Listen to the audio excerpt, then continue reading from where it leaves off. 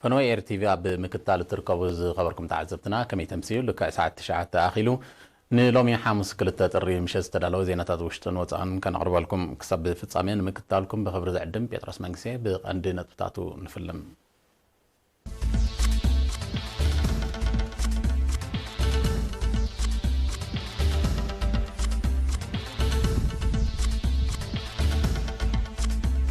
أبنو زبا شايب مترنا في عدتات بيتو كسر حالو مزخاخر غريبو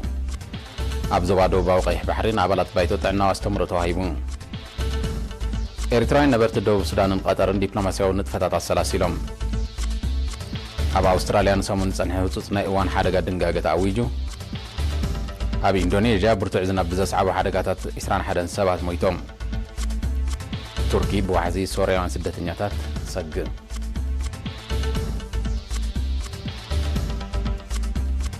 مترنا في عدتات حزبي محبرة أقولقلوتات نخركب وساني قد اللو سلازخونا دما أب نوزوا شعب عتب كسر حلو مزخاخر غريب الله وكل إرينا محاربة لاين زدالو تصب فرتنا عندهم كتغربيا أمنوز زوبا شعب حزبي كاف سبخ ساقماو هيوات تاقلاقيلو قوام نبرا بمبراح تتقام مسارتاو محبرا وأقولقلوت كخون كايرد تسانح تعاري عد معنت نخهلو مترنا في عدتات بزبالة أكدفعلو مزخاخر غريبوم بسالسة تحساس أبس تخايدة قمقام أما حدارتون الزوبا أتا أبو بكر إبراهيم أبز أوربط أبطاب أبكلن من محدارات كبابي بتحيا وتعاتن حيل إلكتريك نسرحة عيلاتات كوان تلوا بستفلالية مخنياتات كابتغم وطاق كوين انزلوا نمتقاني سرح كامزلو أبرهيوم بسنك سبخ ساقماو هيوات تساتفو أما عد تمرتي كم تزيد لخمزي اللي تغيسو دما أبز مدايزن أم مكتا أمرعة تحت عدمن أما حدارت كبابي بزحايا لك سرحو خمز قبع أسميرو اللوم أوتي أب كبابي قراوتي زلو أب كبابي أبدن دس ربا زلو إذا كل فاحلة زلا رشادية كمان أب صبو بوتاتات أب وحزو خوني بوتاتات كتسفر كتكيل اللو وحج زي وصحوبتا زوم كل ما قراوتي زلو أب عدتاتنا يقدم ملسو زلو أب دق بدير كلمة ضبط حقان زيتات كبحجي أغالبه هبناه نسرحلو كلهم أما حضرت خبابي كبحجي مدب وسدنا حلافنتنا مخانو فلتنا كل سب عد خاتو خلاله مسوز التأساسات ندحنتهم كمان أب كبابي رواز زلو كأتولو تباهل له أب حرشاون تفتات عم تقان عقماتن جريفاتن عد مع وفراتات كمان تخايدة أب قد منشب وكيرو تيلوكن جعنبن لعل 9,000 متر عقم كم استهنتز تقسات أبو بكر بزنبره طول كرامات استزرع أستات 5,000 هكتار مشلام 380 هكتار عفنن 350 هكتار بلتوغن أب درجاتوت كم زبط صحان تيروم بزي كازي أما قعزيان مرخبيتاتن استسلاسلن تفتات زلو بدهوتاتن نايمتسع مدباتن زملكت مبرهي تواهيبو تساتفت بوغنوم موغار سبخ ساقماو هيوات أب نقحات سلاز مركوس تران أبركتون أم حدرت كبابي كعزز تلابيوم أب نوزوا شعب 900 بحرشا 700 بموغاسة 300 دما بنقد زنابر أستات 34 حزبي نبر منستر طعنان أبالات بايتو زبادو باقيح بحرن حلفتا أكالات منقستن أب مكلخالت محلالفت حمامات زتكورا استمروا وديبو أب منستر طعنا حلافي مكلخالت محلالفت حمامات دكتور آرايا برهانة ب20 شمونتن تحساس كلتشن 10 شعاتن أب كتما عسب أبزهابو ميا واستمروا أب HIV AIDS ويبو TB عصن كادوت محلالفت حمامات زتكورا سفيح مبرهيبو أب تمحلالفت حمامات بحافشة HIV AIDS دما بفلاي تمزجبو بزلو العلا فلوطون نقحاتن تريتهم حمامات أبتي زبا كم زنقل قلب بأهزات سني زقلت الدكتور آرايا نزي بمعقاب زبالت أوتيت نمركاب ترى حبرة تسبح حافشة ناي أبالات بايتون حلفت أكلت منقستن دما بفلاي كعبي الزخاخيرون إذا كم زيلم كل حمام ويبون كابتم حرقنياتات محلالفت حمامات سلازخونة أب كلتشن عسران أبو زتكورا عتب مدبات كالسلاسل مدب كم زلو حبيرون إرتران نبرت جوبا ريبابليك دو سودان نادو حاقترن نتفتات هزباو ديبلوماسي السلاسلهم أرسيماس مرم وهايدا بملكة تصبصب عدالة الله يسعب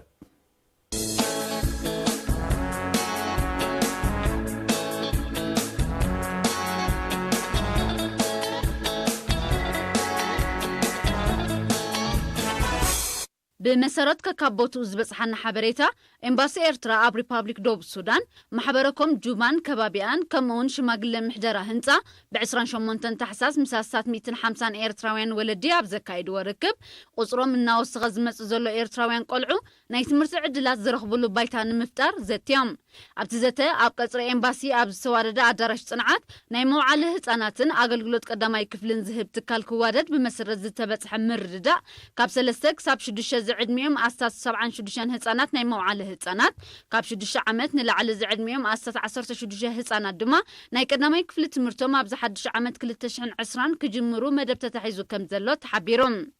مس إمباسن شماغل محجرة هنسان كوينا نزل مدب اتكتاتل 10 زعبالات شماغل ولد دما قويمان لام أمباسادر إيرترا ريبابليك دوب السودان أتو يوهانس تخلي ميكايل أبزس معقان زي أب جوبان كبابي أنزر كوبو هسانات تربحت عدل تمرتن مقبارهم زكاير زلو تعاري أكال نايتو خلهم إيرترا وين هسانات كمهارو اللوهم زبل مسرتاو بوليسي منغسي إيرترا كم زغونه قليتهم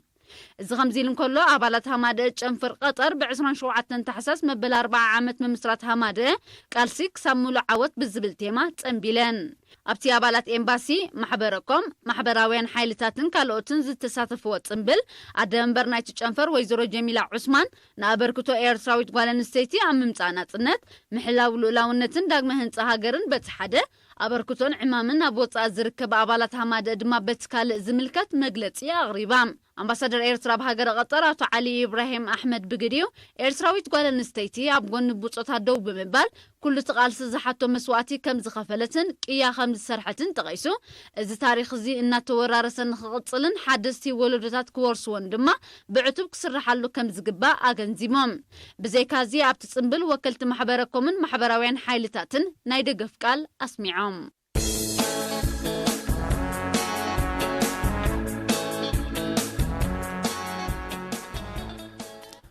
أب نوزبا فورم محدار كبابي لحزين تساتفو تمهارو أب مقاد تمرتن معواي مترنا فعدتات كدفاع اللو تصاوعيت قريبون رسم ممهر بيت مرتي مبعتان ماكلاين درجة لحزين ممهر محمد علي النوري ني إيرينا بزهابو حبريتا كم وطي زكاية زلو قسقاسات زنبرا درجة نقحات النبرخ ممتو بمتكاس نزل على التساتفوغن عدتات أب ماكلاي بوتا نخطر نفا من محدار نوزبا بعتب كسر حلو تلابيوم እታ ቀዲማን ናይ መባታት ራይ ዝነበረት ቤት ትምህርቲ ኣብዚ እዋን እዚ ናብ ማእከላይ ደረጃ ምስግጋራ ኣገዳሲ ስጉምቲ እኳ እንተኾነ ኣጋጢሙ ዘሎ ፅበት መምሃሪ ክፍልታት ንምፍታሕ ግን ዝምልከቶ ኣካል ቆላሕታ ክገብረሉ ኣዘኻኺሩ ቤት ትምህርቲ መባእታን ማእከላይን ደረጃ ላሕዜን ኣብ ዓመተ ትምህርቲ 2019-2020 ንኣስታት 300 ተምሃሮ ኣገልግሎት ትህብ ኣላ ኣብ ዘዋጋሽ ባርካ ንኡዘባታት ጎልጅን መንሱራን ኣፍልጦን ንቕሓትን ሕብረተሰብ ኣብ ሕጊ ዘዕቢ ኣስተምህሮታት ተዋሂቡ ኣብ ንኡዘባ ጎልጅ ንኣስታት 4000 ነበርቲ ኣብ ዝተዋሃበ ኣስተምህሮ ኣዛዚ መደበር ፖሊስ ንኡዘባ ካፒቴን ግርማይ ፍስሓፅን ገበን ኣብ ልዕሊ ሰብን ንብረትን ዘስዕቦ ሃስያ ብምግንዛብ ንምግቶኦም ተራን ንቕሓትን ሕብረተሰብ ወሳኒ ከም ዝኾነ ብምጥቃስ ኩሉ ዜጋ ነብሱ ሓራ ብምግባር ኣብ ምክልኻል ገበን እጃሙ ከበርክት ኣተሓሳሲቡ ተሪዮ ገበንን በደልን ኣብ 2019 ካብቲ ቅድሚኡ ዝነበረ ዓመት ብልዕሊ 20 ሚእታዊት ከም ዝነከየ እዚ ድማ ውፅኢት ናይቲ ብቐጻሊ ዝካየድ ዘሎ ፖሊሳዊ ኣስተምህሮን ንቕሓት ሕብረተሰብን ምዃኑ ገሊጹ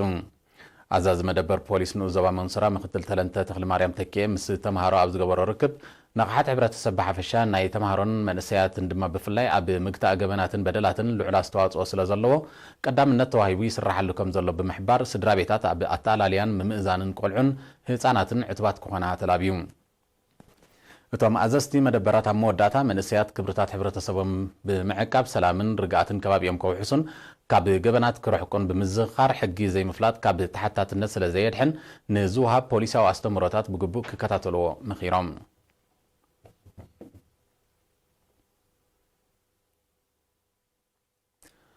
ኣብ ንኡዘባታት ጾረናን ማይ ዓይንን ዝርከባ 19 ዓድታት ፅሬት ኣከባቢ ንምምሓስ ዝሕግዝ ኣዋጅ ዕቃበ ኣዊጀን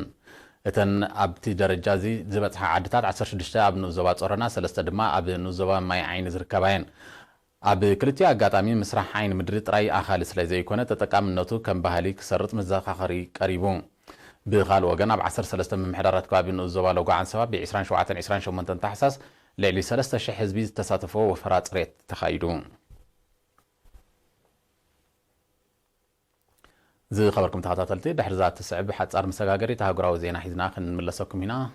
ምክትታልኩም ክትሉ ደጊና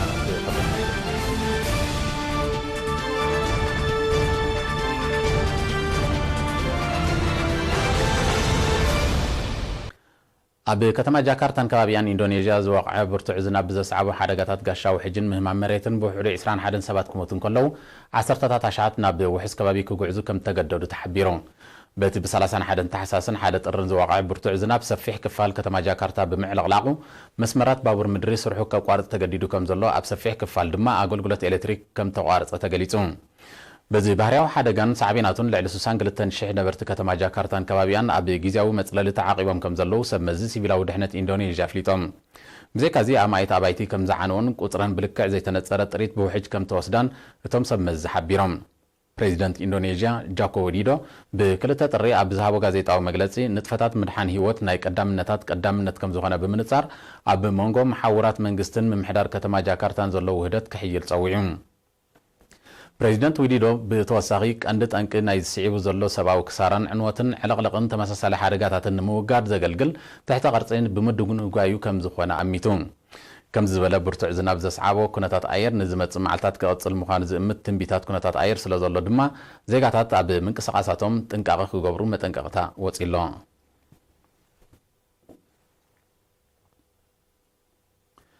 ልዕሊ 4 ሚልዮን ተወሰኽቲ ሶርያውያን ስደተኛታት ናብ ቱርኪ ክኣትዉ ከም ዝኽእሉ ፕሬዚደንት ጠይብ ኤርዶጋን ሎሚ ክልተ ጥሪ ኣብ ዝሃቦ ጋዜጣዊ መግለፂ ፍሊጡ ብደብዳብ ነፈርቲ ኩናት ሩስያ ዝተደገፈ ሰራዊት መንግስቲ ሶርያ ነታ ኣብ ሰሜናዊ ምዕራብ ሃገር እትርከብ ዞባ ኢድሊብ ንምቁፅጻር ካብ ዘካይዶ ዘሎ መጥቃዕትታት ንምምላጥ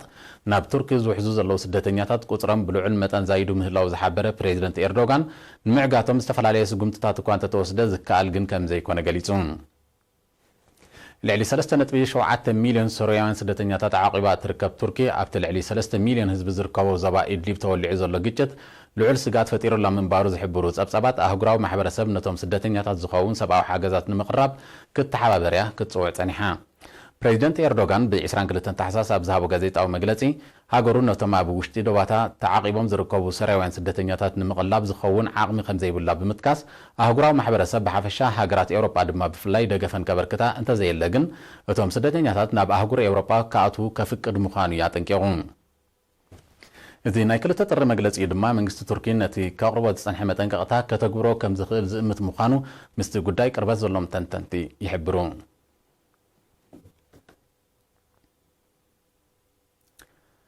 ሽበራዊ ጉጅለ ጣሊባን ትማሊ ሓደ ጥሪ ንሓይልታት ፖሊስን ጸጥታን ኣፍጋኒስታን ዕላማ ዝገበረ መጥቃዕቲ ኣካይዱ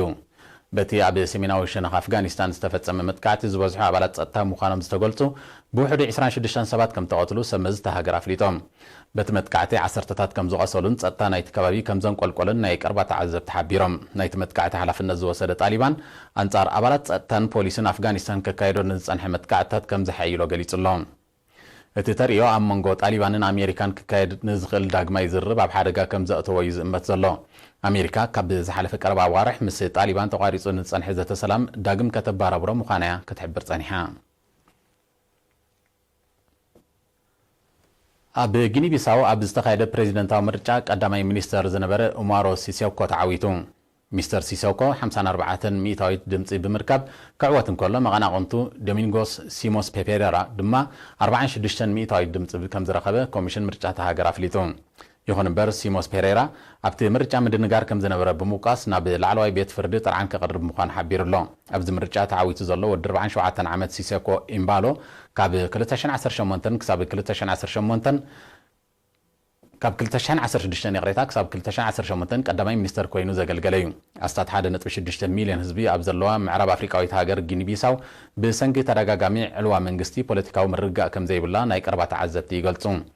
እታ ሃገር ኣብ 1974 ካብ ግዛኣት ፖርቱጋል ናጽነታ ድሕሪ ምርካባ ብውሕዱ 9 ዕልዋን ፈተነታት ዕልዋን ከም ተኻየደላ እዩ ዝሕበር በዚ ድማ ኣብዚ ምርጫ ተዓዊቱ ዘሎ ሲሶኮ ኢምባሎ ከቢድ ብድሆታት ይጽበዮ ከም ዘሎ ንኩነታት ሃገር በቐረባ ዝከታተሉ ወገናት ይእምቱ ኣብ 2019 መጠን ናይቲ ብሓደጋታት ናይ መጓዓዝያ ነፈርቲ ዝጠፍእ ህይወት ምስ ናይ 2018 ክነጻጸር እንከሎ ብ50 ሚእታዊት ከም ዝጎደለ ጸብጻባት ኣቪዬሽን ሓቢሩ ብመሰረት ጸብጻባት ኣብ ዝሓለፈ ዓመት ብዘጋጠመ 86 ሓደጋታት 257 ሰባት ኣብ 2018 ድማ 160 ሓደጋታት ከም ዘጋጠመን 534 ሰባት ከም ዝሞቱን ተፈሊጡ 2017 እታ ዝወሓደ ሓደጋታት ናይ መጓዓዝያ ነፈርቲ ዝተራእየላ ዓመት ኮይና ብዘጋጠመ ክልተ ሓደጋታት 13 ሰባት ጥራይ ከም ዝሞቱ ይግለጽ ጸጻብ እዚ ኣብ ናይ ውግእ ናይ ጽዕነት ናይ ወልቂ ከምኡን ሄሊኮፕተራትን ኣብ ልምምድ ዝነበራ ነፈርትን ሓደጋታት ዘጠቓልል ኣይኮነን ኣብ ደሴት ታይዋን ብክልተ ጥርብ ዘጋጠመ ሓደጋ ምውዳቕ ወተሃደራዊት ሄሊኮፕተር ላዕለዋይ ኣዛዚ ሰራዊት ዝርከቦም 8 ሰባት ከም ዝሞቱን ካልኦት 5 ብሂወት ክድሕኑ ከም ዝኽኣሉን ተሓቢሩ ጠንቅቲ ሓደጋ ዘነጽር ወግዓዊ መግለጺ እኳ እንተዘየለ ኣብቲ ከባቢ ብዝነበረ ሕማቕ ኩነታት ኣየር እታ ሄሊኮፕተር ክትዓልብ ኣብ ዝፈተነትሉ ነቲ ሓደጋ ከም ተቓልዐት ኣረድዮም እቲ ሓደጋ ኣብታ ደሴት ክካየድ ተወጢኑ ንዝነበረ ሓፈሻዊ ምርጫ ኣሰናኺልዎ ከም ዘሎ ተቐናቐንቲ ሰልፍታት ዘካይድዎ ዝነበሩ ጎስጓሳት ድማ ንዝመጽእ ሳልስቲ ከቋርጽዎ ከም ተወሰነ ተሓቢሩ ብዘካዚ መራሕቲ ፖለቲካውያን ሰልፍታት ኣብተን ብባልኮክ ዝፍለጣ ስራሕት ኣሜሪካ ዝኾነ ወተሃደራውያን ሄሊኮፕተራት መርመራታት ክካየድ ጸዊዖም ኣለዉ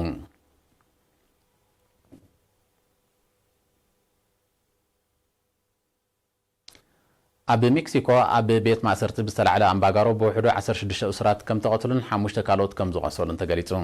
እቲ ኣምባጋሮ ፕሬዚደንት አንድረስ ማኑኤል ሎፔዝ ስልጣን ካብ ዝሕዝ ኣብታ ሃገር ኣብ ውሽጢ ቤት ማእሰርቲ ካብ ዝተኸስተ ኣምባጋሮታት እቲ ዝኸፍአ ምዃኑ ተዓዘብቲ ሓቢሮም ተዘገርም እቲ ከባቢ ከቢድ ሰብኣዊ ክሳራ ዘስዓበ ኣምባጋሮ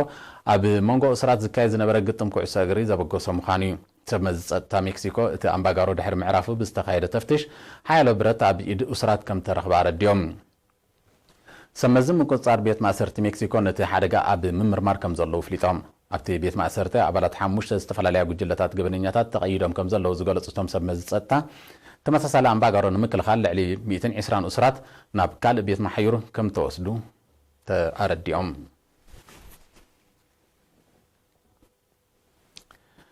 ብሰንኪ ዘይስሩዕ ኣመጋግባ ኣደዳ ጥዕናዊ ጸገማት ናይ ዝኾኑ ሰባት በዝሒ ኣብዚ ዝሓለፈ 2 ዓመታት ብልዑል መጠን ክብከም ዝበለ ሓድሽ መጽናዕቲ ኣነጺሩ ብመሰረቲ ኣብ ዝተፈላለየ ክለ ዕድመን ሞያን ንዝርከቡ ሰባት ብምውካስ ተኻየደ ጥዕናዊ መጽናዕቲ ቁጥሪ ዘይስሩዕ ኣመጋግባ ዝኽተሉ ሰባት ኣብዚ እዋን እዚ ብልዑል መጠን ዛይዱ ምህላው ብሰንኩ ዝስዕብ ምኽሳዕ ኩቱር ምጉዳል ሚዛንን ሕማማትን ድማ ብልዑል መጠን ከም ዝዓበየ የረድኡ ልዕሊ ርብዒ ካብቶም ብሰንኪ ዘይስሩዕ ኣመጋግባ ዝስዕብ ዘሎ ሕማማት ተጠቂዖም ናብ ትካላት ጥዕና ዝመፁ ትሕቲ ዕድመ ህፃናት ምዃኖም ዘመልከተ እቲ መጽናዕቲ እዚ ድማ ዝያዳ ኣሻቓሊ ከም ዝገብሮ ይእመት ሓደ ካብ ቀንዲ ሳዕቤናት ዘይስሩዕ ኣመጋግባ ኣብ ህፃናት ምጥፋእ ሸውሃትን ምድኻም ኣካላትን ምዃኑ ኪላታት ጥዕና ይሕብሩ እቶም ኪላታት ስድራ ቤታት ደቆም ስሩዕ ኣመጋግባ ንኸዘውትሩ ኣብ ንኡስ ዕድሚኦም ክምህሩ ብምፅዋዕ ስሩዕ ኣመጋግባ ብምዝውታር ካብ ሓያሎ ሕማማት ንምክልኻል ከም ዝከኣል ይመኽሩ